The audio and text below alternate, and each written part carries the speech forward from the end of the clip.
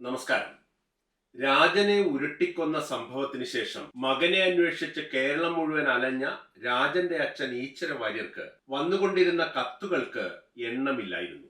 ഇന്ത്യയുടെ എല്ലാ ഭാഗത്തു നിന്നും അപരിചിതരായ സാധാരണക്കാർ അദ്ദേഹത്തിന് ആശ്വാസത്തിന്റെ തെളിനീർ പകർന്നുകൊണ്ടേയിരുന്നു. ശവന്തീനികൾ എന്ന പുസ്തകത്തിലൂടെ രാജൻ സംഭവത്തിന്റെ നേർക്കാഴ്ചകൾ ഒരു ഡയറി കുറിപ്പിൽ എന്ന പോലെ കേരളീയ മനസാക്ഷിയുടെ മുന്നിൽ അവതരിപ്പിച്ച എഴുത്തുകാരനാണ് പ്രൊഫസർ CR ഓമനക്കുട്ടൻ.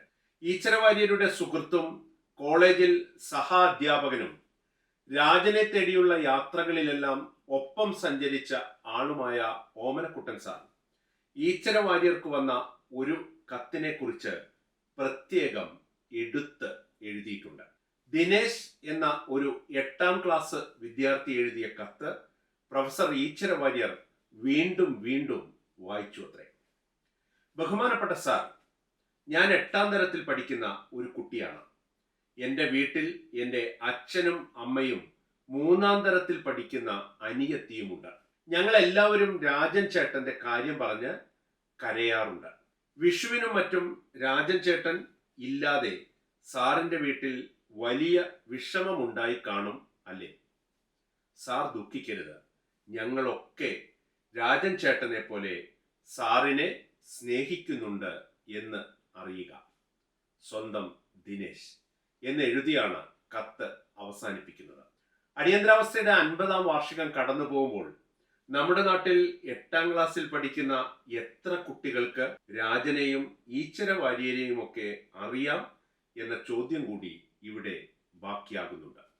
ആരുടെയും ഉള്ളുലയ്ക്കുന്ന മറ്റൊരു സന്ദർഭം കൂടി ഈ പുസ്തകത്തിൽ ഓമനക്കുട്ടൻ സാർ എഴുതിയിട്ടുണ്ട്. കോഴിക്കോട് നിന്നും വന്ന ഒരു പത്രപ്രതിനിധിയോട് ഈശ്വര വാര്യർ സംസാരിച്ചു.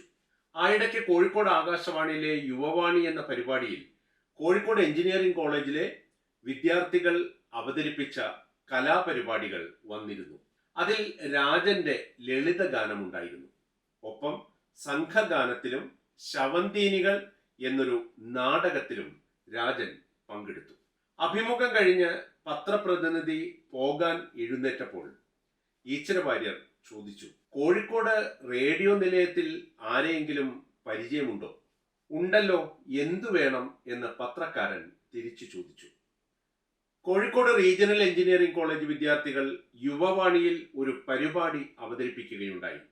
അതിൽ രാജൻ നല്ലൊരു ലളിതഗാനം പാടി, നന്നായി പാടി. അതിന്റെ റെക്കോർഡ് ചെയ്ത ടേപ്പ് അവിടെ സൂക്ഷിച്ചിട്ടുണ്ടെങ്കിൽ അതിൽ നിന്നും അവന്റെ പാട്ട് എനിക്കൊന്ന് ടേപ്പ് ചെയ്ത് എടുക്കാനാണ്. രാജന്റെ ശബ്ദമെങ്കിലും എനിക്കൊന്ന് കേൾക്കാൻ. ഓമനക്കുട്ടൻ സാർ അവസാന വരി പൂർത്തിയാക്കുന്നത് ഇങ്ങനെയാണ്: പത്രപ്രതിനിധി ആ പിതാവിന്റെ മുന്നിൽ ഉത്തരം മുട്ടി നിന്നു. അയാൾക്കൊന്നും പറയാൻ കഴിഞ്ഞില്ല.